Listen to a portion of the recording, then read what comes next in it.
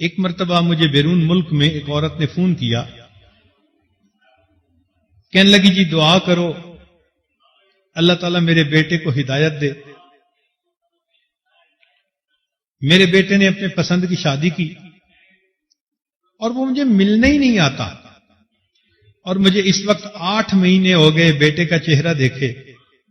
آج میں نے اسے فون کیا کہ بیٹے ایک دفعہ آ کے مل تو جاؤ، تو بیٹے نے آگے سے جواب دیا کہ تم کتیا ہو، بھونکتی رہتی ہو، مجھے آئندہ اپنے پاس آنے کی بات مت کرنا۔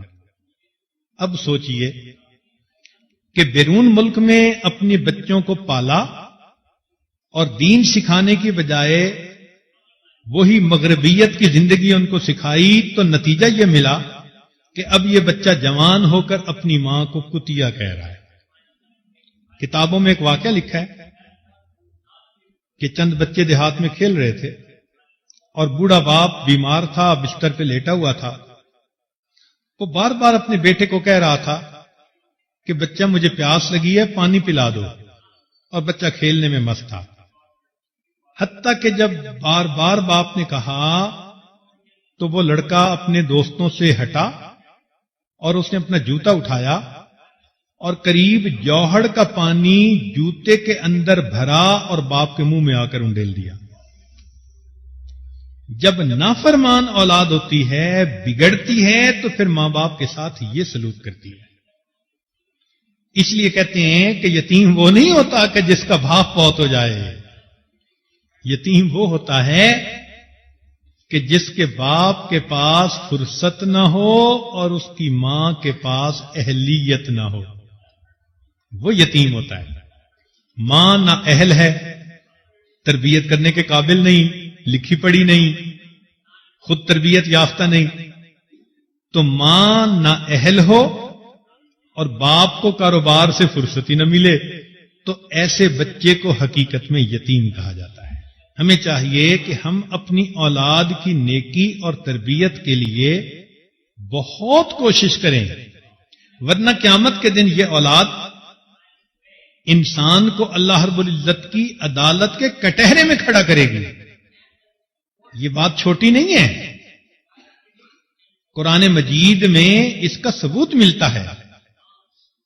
قیامت کا دن ہوگا، اللہ تعالیٰ ایسی نافرمان اولاد سے پوچھیں گے تم کیوں نہیں نیک بنے، تو اولاد سارا کا سارا ملبہ ماں باپ پہ ڈال دے گی۔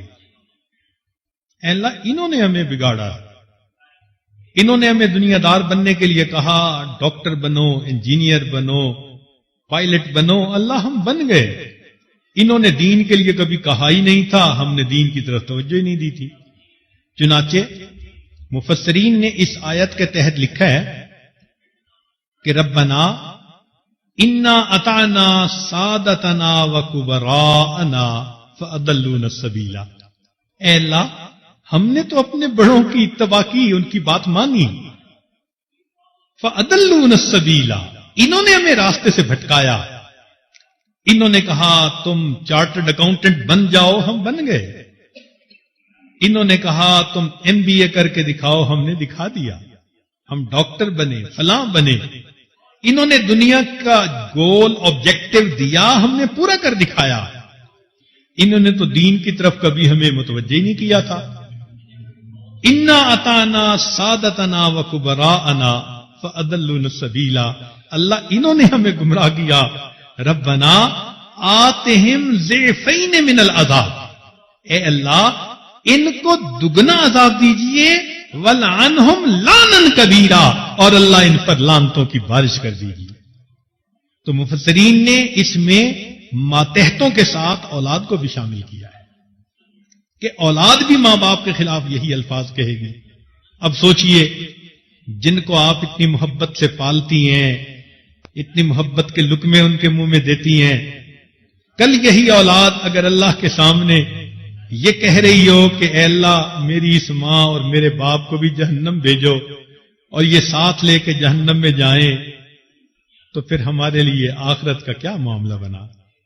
اس لیے اولاد کو نیک بنانے کے لیے اپنی ذمہ داری کو پورا کر لیجئے اور اللہ سے دعا مانگیے اللہ تعالیٰ اولاد کو نیک بنا دیں. جہاں ایک خوشی اللہ نے دی اولاد والی، وہاں اس سے بڑھ کر دوسری خوشی اولاد کا نیک بنانا، وہ بھی اللہ عطا فرما دیں تاکہ ماں باپ کی آنکھیں ٹھنڈی ہوں. اللہ تعالیٰ جو صاحب اولاد ہیں ان کی اولادوں کو نیکوکار بنا دے، جو صاحب اولاد نہیں اللہ ان کو نیک اولاد عطا فرما دے. لا الہ الا اللہ، لا الہ الا اللہ، لا الہ الا اللہ، لا الہ الا اللہ، لا الہ الا اللہ.